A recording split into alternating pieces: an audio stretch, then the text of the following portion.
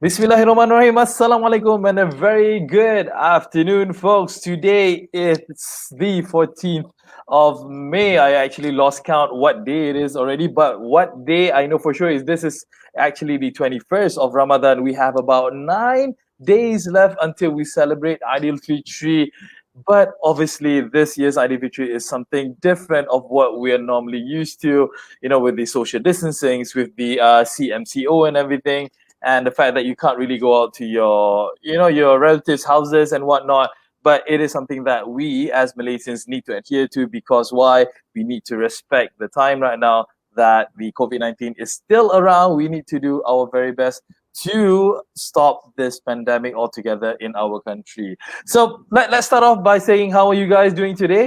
Today's Thursday, hari ini hari Khamis. Diharapkan hari Khamis anda juga ceria senantiasa. Tinggal seminggu lagi kita nak beraya. Kepada mereka yang kerja dari rumah, selamat bekerja dari rumah lagi. For them who are still going to work during this time, I hope you guys are taking good care of yourselves. You're observing again social distancing. Tak payah nak buat cerita ganggu sangat, tak payah nak buat apa jadi hero sangat. You just do what you need to do and then balik rumah, and then that's it. That's all you need to do, right? You do not need to be too adventurous. Okay, not like my guest today. I have a guest today who is a very adventurous man. He is like the most adventurous person that I know of, because he doesn't just do his shows in Malaysia, but he travels abroad. Dia dah pergi US, he's gone to the UK, Singapore, obviously he's even gone down to Australia to do his shows and everything. He is one of the funniest men that I've ever spoken to. And one thing about him is that we both share some similar traits in which that we shine very well on the head department. Ladies and gents, I am privileged to actually have this particular man on my show. Without further ado, let's give it up to Mr. Kavin Jay. Hello everybody. Hi. And selamat sejahtera. Salam sejahtera.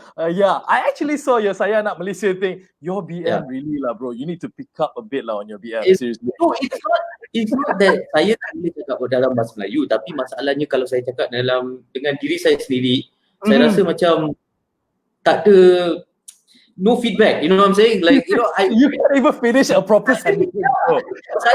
Saya nak cakap bahasa Melayu, tapi dalam pemikiran saya dalam bahasa English, so saya kena translate balik PM, lepas tu balik, lepas tu translate balik pada BI, lepas tu fikir balik. So it becomes too many steps, and then I just just speak in English like it's easy. And I did very well in exams.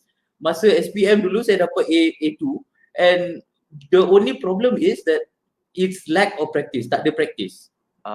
Itulah dia. Sebab sebenarnya kan, kalau kita nak ambil exam, Kavin, segala jenis peperiksaan pun kita memang boleh bersedia. Tapi bila kita nak praktikkan untuk berbahasa Melayu senantiasa dengan orang ramai, lebih-lebih lagi sewaktu persembahan, memang akan memberikan satu kesusahan sedikit kepada Kavin. Tahu tak, sumpah, I can't even speak Malay that well as well. I'm trying to kalau persembahan lagi susah sebab for one, you are thinking of so many things while you're performing. You're thinking of material yang nak pakai, you are thinking of what is the joke next, and then and at the same time, oh my god, at the same time you're thinking, okay, I need to speak in Malay. Okay, what is this word, what is this word, what is this word? And at the end of the day, you just think to yourself like, why can't I just do this in English? It's so much easier. I don't have to think. It's muscle memory. I mean, do whatever it is that you know best and everything. That's what you do great, anyways. Kavin Jay, who is our resident stand-up comic artist. You've done a lot. You have come so far since the day that you started off. When you started in this business, I found out, again, as I mentioned you offline, I just found out recently that you are a freaking engineer, man. What the hell happened? I used to be an engineer, and not only that, I used to be a Petronas scholar. Wow, atas way. This one very atas way. I know, right? So when I was in school, I had dyslexia, right? So it was one of those things where this was in the 90s or 80s and 90s where people couldn't spell dyslexia, let alone know what it was. According to my parents, I was just bodoh. No, that is true. That's what my parents. There's two words like stupid and stupid lah. Basically, it's all they know. Like yeah lah, this boy is stupid, lazy and stupid. That's the two words. Lazy and stupid. Okay, fair enough. But again, I mean, like, how did you manage to score that scholar, man? Petronas, nonetheless. So I was doing really badly until about Form 2 when I got kicked out of school. And I went from a prestigious school, Methodist Boys School, KL, to Sekolah Menengah Kelana Jaya, which is supposedly the school lah. The only school that would accept a person who got kicked out of school.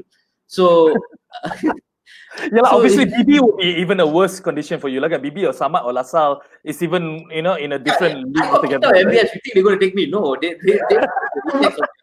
they got enough problems as it is, man. So which was a new school back then, they were like, okay, we need students, just take lah. Okay, so they put me in the last class, everything.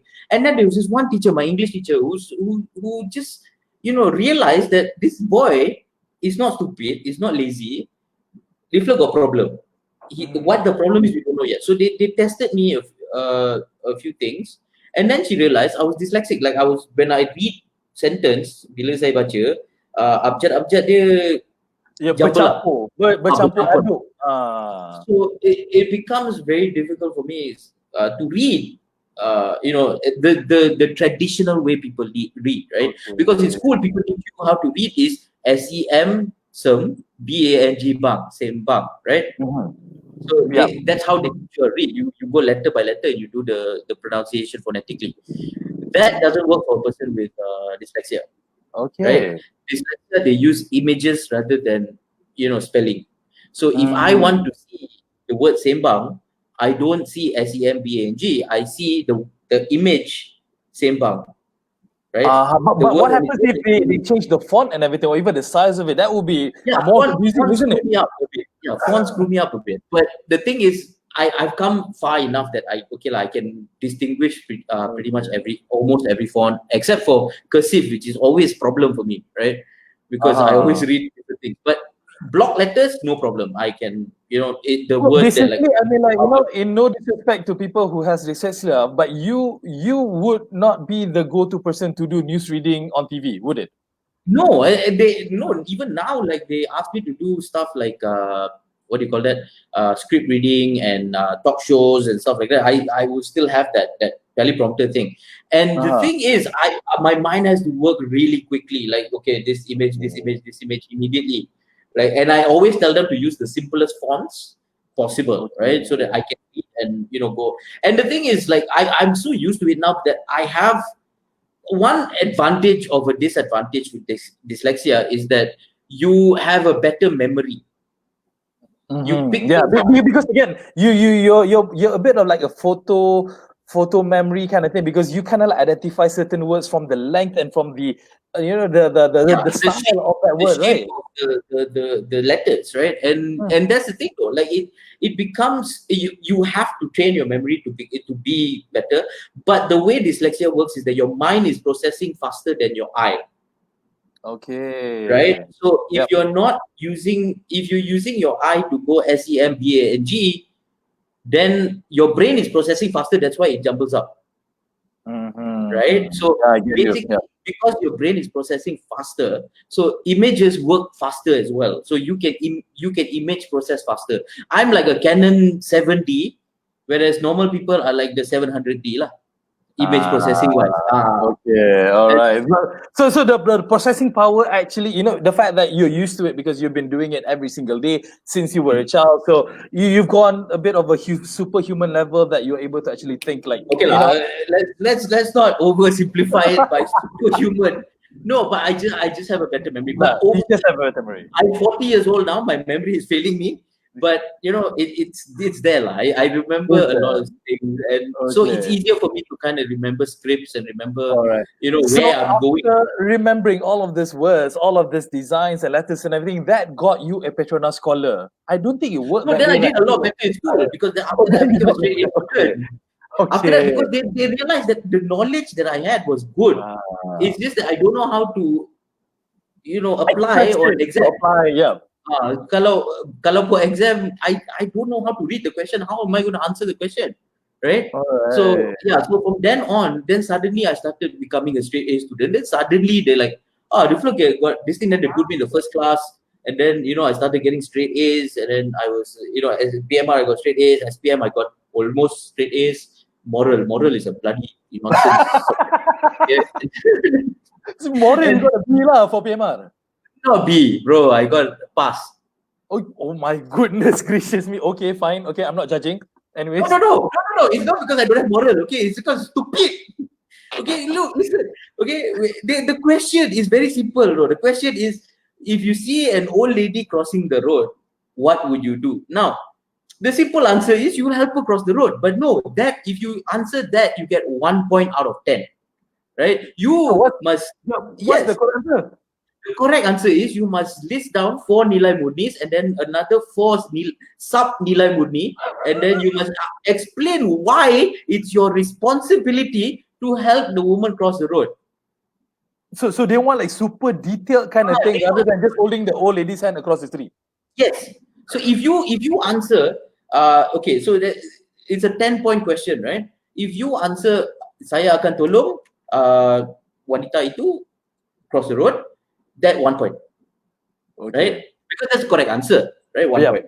But then you have to explain, saya membuat sedemikian kerana tanggungjawab saya, and sikap tolong, and blah, blah, blah. And then you have to list down the 4, and then another 4 sub nilai murni that will, basically. Wow. And I'm like, okay, this is the dumbest thing I've ever heard. If you want to teach somebody to be good, you don't have to explain why. No, I mean, no. I get the question that they just wanted a bit of an explanation on why you need to be good, but Sempoi 10 points. That's a bit of a. That's why I hated moral. I hated moral. Like, a lot of my Malay friends or my Muslim friends who would say like, oh no, we go to agama class which is harder. I'm like, no, it's not. Agama is something that is written down. It's there. The theories are there, and you don't. It's kind of like based on something. Moral is just based on some idiot sitting in the exam hall thinking, this is not the right nilai murni that I'm thinking of. So wrong. No. Dude, I mean, like, I get the same thing of whatever it is that you just said just now, because like, I heard from my non-Muslim friends as well, when we talk about moral, we always make fun of them like, yalah, moral pun tak boleh buat ke, senang gila kau tak ada moral ke? But it's not as easy as one might think.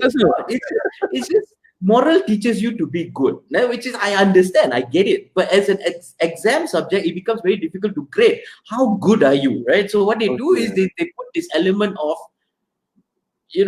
testing where basically they give, okay, what is the nilai murni? And you're like, dude, I just want to help the old lady lah. At the end of the day, if you're really walking down the street, let's say I put this into realistic situations. If you're walking down the street and you see an old lady trying to cross the street, but you want to help, but before you help, you must go up to her and tell her 4 nilai murnis and 4 sub nilai murnis. Dude, by the time you finish telling the story, the old lady will wall up you already. Bugger, I want to. Also, the fact that you think to yourself, like, you know what? I don't need. I got meetings to go to, lah. I got shit to do.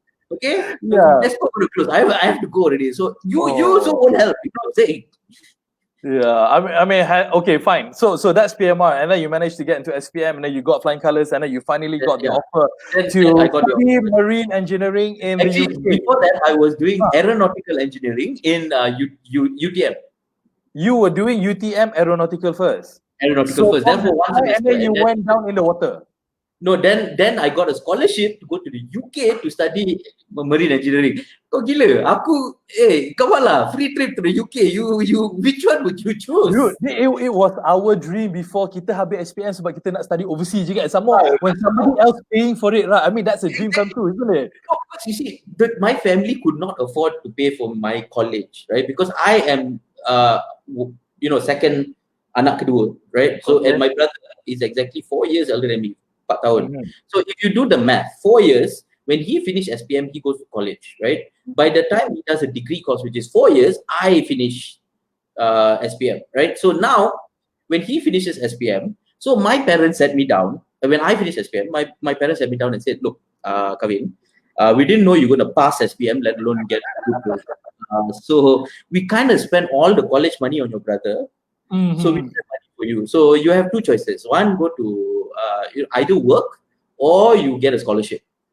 So I'm like, this is all of a sudden, like, so basically when I got into UTM, I was working to pay off my this thing also. So as a 17 years old, just working and paying off, and it was very difficult. So the one semester was, because it was the first semester, so it's easy lah. But I did okay. But then when I got the scholarship, I'm like, yeah, I'm going. Yeah, I mean, it's a no-brainer, isn't it? I mean, somebody giving you literally a ticket for you to go and fly. I mean, like, it doesn't take a genius to decide on that, lah. So, you were in Newcastle, weren't you? Newcastle, I was there between 1998 and 2002. Okay, so where did you do your studies then? I did my studies in South Tyneside College, which is a small area in Newcastle. Okay, if you didn't know, Newcastle is like the Kelantan of UK. Okay. Okay. As in the fact that they, in so many ways, they have a different language there. Yeah, the Georgies are like another creature of their own. Yep. Yeah, so their English is like the Kelantan accent, which nobody understands, and also they are, how do you say, backward, right? They're not as maju as the rest of the UK. So for them, they're very like, like, I would say redneck, right? There's a good term to use, redneck. They're very redneck. In fact, they're so redneck. When I was there in 1998, I was one of the first few brown people they've met. Really? I always thought that, the Punjabs and the Indians are always around UK and everything. No, they don't go to Newcastle. You want to die. They don't go to Newcastle. Okay. No, but I swear to God, I was walking in the street once. Like, okay, most of the Malaysian students, when they go there, they kind of very reclusive. They hang around Malaysians and stuff. I was very adventurous. I was going out, and stuff like that. Also, so you're not your typical Kampung Melayu kind of people, lah. You tak cari orang Malaysia, lah. I grew up in KL, so this was a new experience for me. I grew up clubbing and stuff like that because I can. So I did. And so I was walking down the street and kids used to run up to me and go like, hey, why are you brown? Right? And parents, you can see the parents' face like, oh my God, sorry. How did you respond to such statements? Oh my God. They don't mean to be racist. It's not. They just know it's different. They don't know. It's fine, and I'm okay with it. I'm like, I just tell the kids like, the sun's really hot, and mother, seriously. So that kind of stuff. But most of the, like, my friends and everything, they were cool lah. Like, and the thing was, I was the only one playing rugby at the time because 1998 was the revolution of football, right? Revolution of soccer. And in my college, I remember I wanted to play soccer. I wanted to play football as well. So I tried out for the football team. Now, 300 people showed up for the trials of football team, right? I got chosen as a third choice goalkeeper. Okay. Yeah, I was thinking of which position that you play. I mean, but you've always been a big guy, right? Since you were young. No, I was very skinny when I was young. Okay. How did you become the third goalkeeper? I was good at goalkeeping, lah. That's one thing. But also the fact that so it was very difficult to say. I don't want to say this, but sometimes I felt it like it was a bit racist. Like, how, like, white people get to be the first choice and then brown people kind of, So basically my roommate who played rugby said, like, hey, instead of playing football, which you will never get a chance because you're third choice goalkeeper, right? Why don't you try out for rugby? And I said, I don't know how to play rugby. He said, don't worry, just come with me, because you know why? 5 people signed up for rugby. Okay, 5 people came for trials. All 5 of them got in. None of them know how to play, right? So I'm like, so much so that our rugby team consists of 50% lecturers. They had to import lecturers, because they were not enough. So basically, I went in, and one thing I could do, because I was a track and field runner, that I could run very fast, right? I didn't know how to catch the ball. I didn't know how to throw the ball. I didn't know how to kick the ball. So I just basically they gave me the ball and asked me to run. So you're basically a winger, like you're a bit of a Jonah Lomu. You just like, kick the ball and just run to it. It's a very simplified Jonah Lomu, in the sense that because I was so fast and I didn't know how to protect myself, my injury list was longer than the whole team put together.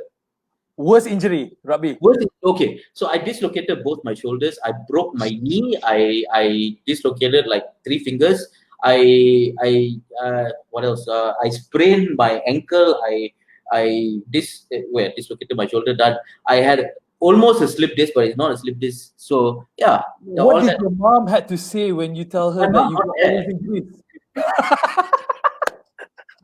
Aduh, I yang sakit, weh. I'm feeling it. No, but Suddenly. the only reason for that is because I ran so fast that I forgot to check everywhere else. And one fella just has to do this, like just push me a little bit, and I'm flying off to the next stadium. Wow, okay. Dude, I But mean, that, yeah, I know that rugby is such a hard sport and everything. For you to actually, experience all of that injury, but that didn't stop you, lah, at the beginning. That didn't stop you. my best friends were the rugby team, right? And the best part was because I always go out with them, that racism didn't bother me, lah. Okay, lah. So, If there were some very like racists who basically want to cari pasal, right? When they do that, like my rugby team shows up behind me, they're like, you know what? I don't need this trouble. Thank you, bye, and then they leave. And so I'm like, yeah, I totally got it, bro. okay, lah. So at least you were hanging out with a cool kid, sort of like you're kind of like protected, lah, juga. Yeah, Kan? Okay, fun stuff, man. Wow, that's just talking about your childhood and just you're taking your SPM, PMR and everything right up until UK took us about 20 minutes way. Seriously. We're almost running out of time here already, but no, we still have time. But I do want to talk to you about Saya Anak Malaysia. Dude, what's that all about, man? Saya Anak Malaysia was something that they came up to me and said, hey, we want to do something for for the people so that they can they want comedy, and I also itching to perform. So it's like, yeah, why not? Let's do it. You must be scratching your head so often during PKP, during MCO, that you couldn't actually perform in a live audience, isn't it? For the past the thing is, look, it's going to be like that for the next year, and we've I've come to a point where I'm accepting this, that the whole of 2020, nothing is going to happen. There will be no comedy shows. I can't do a comedy tour. I can't go to comedy clubs. I can't do anything, right? Because for the safety of the people as well. And because of that, I've taken it a little bit easy, lah, where, I'm supposed to write a new hour for my tour this year. But then I now have stopped writing for a while because I don't have this thing to do, and I miss the stage. One thing I miss is going up on the stage, just talking to people and getting instant gratification. Right now when I do it online, it's like I don't know whether I'm funny or not. I seen your intro. I mean, it's kind of sad. You had this sad face on, like I don't know whether you audiences are laughing or heckling or not. I do not know how to. Because again, your particular role. I mean, as a comedian, as a stand-up comedian performing, you thrive on people's energy, don't you? Yes, that's who you are.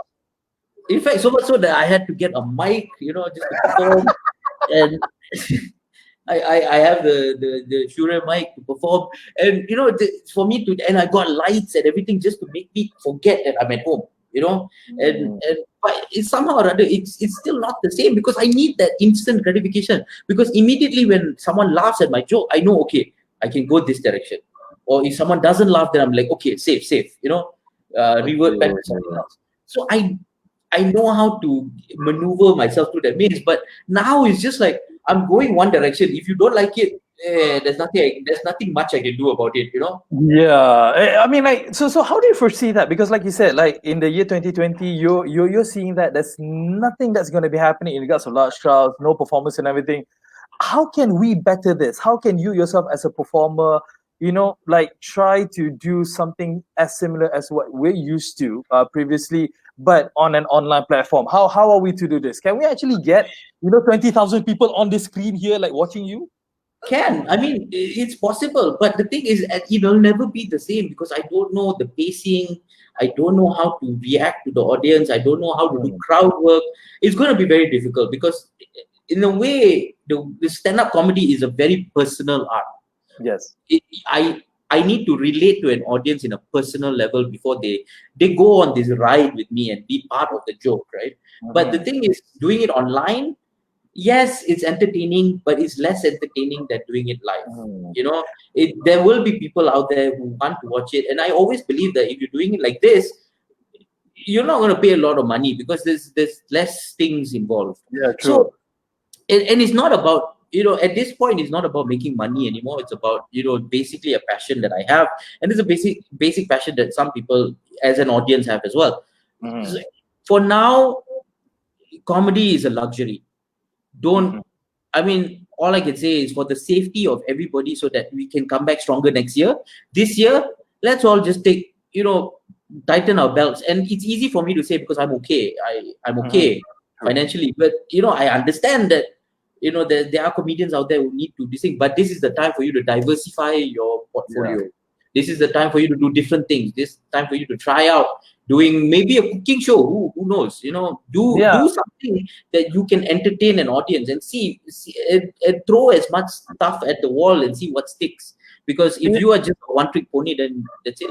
Yeah, you know, these kind of situations that we're in right now during this CMCO, even, you know, when they started off on the 18th of March, it actually, you know, it teaches us to be more creative, be more innovative. So if you're still stuck at, like you said, like if you're just a one trick pony, then I think it's going to be very difficult for you to sustain, even survive, not even sustaining, about surviving how we are, you know, going on this next few months down the road. Even, I mean, I can share with you one thing because I'm an avid follower of Trevor Noah. To see Trevor Noah crack jokes to himself on screen without listening to the audience laughing, it's macam pelik tau. Macam like, you Yeah, know, you want to laugh, but you're like laughing alone. Macam, you know, tak ada yeah. macam supporting tu. You see, the thing is that is easy for him because that's a talk show. Talk show can do, which is why, you know, you're doing a talk show. I'm doing a talk show. Everybody's doing a talk show. And the thing is, look, at the end of the day, you are still going out there. You're trying to entertain people. But the thing is, like, you know, that's easy for him. But you will never see him do stand up. Yeah. You know, because Yeah. again, he doesn't need to. He's okay. Yeah, he doesn't need to. But, yeah. So, but the thing is, it's very difficult for him as well because he's a storyteller, like I am. Right? When you tell stories, it becomes like, okay, I need to know whether the story is going well or not. Do I need to abandon the story and start a new story, or do I need to? It's very difficult to do. It's a very personal art. You need to be there, like paintings, right? You can't admire a painting through a screen. Yeah.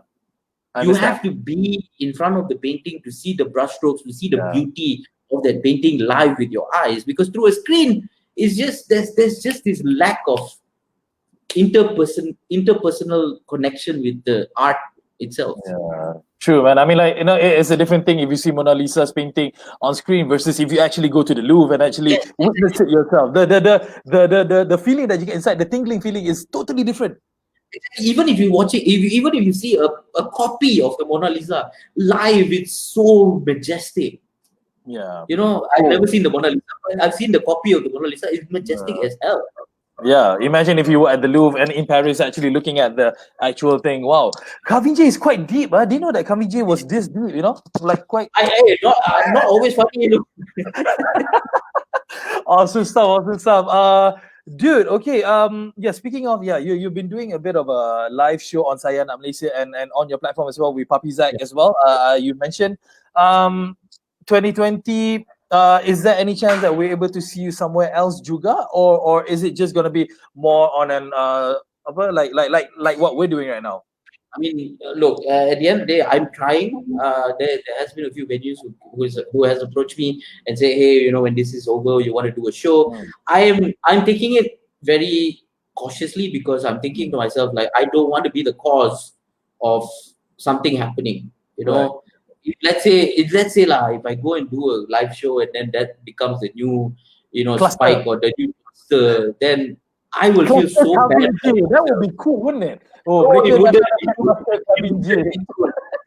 Yes, I need to be viral, but not that kind of viral. Okay. No, I don't. I couldn't live with myself to be the cause of that. So we need to take everything very cautiously, whether you want to. I mean, look, I'm coming up with the audio album on Spotify and every other this thing. So I'm coming up with the audio album that should be released by the end of the month. I've already done all this thing, and the best part, I can't go to the studio to record, so I had to do it all on myself with the computer. And so I'm releasing that end of this month. We can't go on on the stage to record ourselves. But I'm thinking to myself, like after watching some VR porn, right? Uh, Wait, puasa, bloody you hell. don't know okay. But after watching that, I'm thinking to myself, like, hey, why can't we do VR stand up? Like having your goggles up and everything. But Yeah, so basically, but that face, in my face macam scary juga, bro. It's gonna be. no, but you see, what we do is we record in the comedy club, right? But we sell tickets. So for each ticket, you get a Google Cardboard. Now, Google Cardboards are very cheap, so we can send one to you. And then what you do is you set up your Google Cardboard, you wear it, and then you can watch a comedy show like you are in a comedy club. Although there won't be a lot of response, but maybe we can put 10 people there who kind of react to the joke, so that I know where I'm going with this. Wow. Okay. And is this already in play right now? Is this coming to fruition? It's an idea that I had that it's something maybe can do lah, but not now when MC was lifted and after everything kind of this thing. And maybe economy is better, people can spend a little bit of money, then yeah, why not? Yeah, wow, interesting, man. I mean, like, definitely your creative juices are, coming out as much while you're staying indoors and everything. So really awesome stuff. So where can they actually find out about your audio play? Audio will be released. So Spotify, iTunes, anywhere you get your music from. You can pirate also, but don't tell them I told you. Okay, fine. I will, try to keep this on a hush hush. Awesome, man. Wow, 32-minute flies, man. Seriously. Yeah. No, I usually I usually put it at about 30 to 35 minutes. I don't really want to, extend more and everything. But it also depends on Netflix. I'm always there. Yes, you are. You're always on Netflix. No, I have to say though, when I told my wife and my daughter that I was gonna have Kavin Jay on my show, they were like, my daughter, surprisingly, 9-year-old daughter, my 9-year-old daughter, wow, Daddy, you're gonna have Kavin Jay on your show? And I was like, did she watch your show? Like, you have vulgar words and everything. Now I was scared, I was like, no, my daughter's 7 years old. She saw my special as well, and I was upset. So, but she laughed at the wrong part, lah. So it's weird. No, that way you have to teach her extra a bit. How to really laugh at a joke and everything. But dude, seriously, this has been awesome. This has been great. But before we go, maybe you just want to say something to our audiences. The 3 people that's watching us right now. I know that's not that many as what you hope for, but things that you want to say. Please. If I open an OnlyFans account, it'll be called an OnlyFan account. Just one fan, right? So, no, for the people out there, hey, stay safe. Stay safe. Stay safe. That's what I'm. Just do everything that you want to do, but stay safe. That's all I'm saying. Wear a mask. Wash your hands. Social distancing. Just keep everyone else safe as well. Okay. Dan juga untuk penonton-penonton kita yang lebih gemar berbahasa Melayu, mungkin Kavin Jay dapat meninggalkan pesanan sedikit dalam bahasa Melayu. Silakan. Dalam bahasa Melayu pula, stay safe. No. Dalam bahasa Melayu, kalau nak keluar juga, kalau boleh jangan keluar. Kalau kena keluar juga sebab nak kerja ke, nak pergi supermarket ke, just hati-hatilah dalam your interaksi kamu dalam interaksi kamu. Hey, the translation is going on in my head. Okay, shut up. Don't distract me. Please. Hati-hati, pakai mask, basuh tangan, dan jaga jarak sosial kamu. Okay, well done, man. Well done. Awesome stuff. Cool thing. All right, folks, that's it. We have for this episode of Sempoi with Kavin Jay. Again, thank you so much, bro, for coming onto my show. Really appreciate it. Thank you for spending the time. And for you folks out there, seperti biasa, harap anda terhibur juga, dapat juga pesanan apa yang Kavin Jay telah sampaikan tadi. Saya kena berbahasa Melayu sikit, Kavin. Minta maaf. Saya faham, tapi nak cakap tu susah. Faham tu senang. Faham senang. Okay, folks, dengan itu, akhir kata seperti biasa, duduk rumah, stay at home, kita jaga kita, dan jom Malaysia kita putuskan rantaian COVID-19 ini bersama-sama. Alright, Kavin, say goodbye. Take care. Bye. Cheers. Ciao.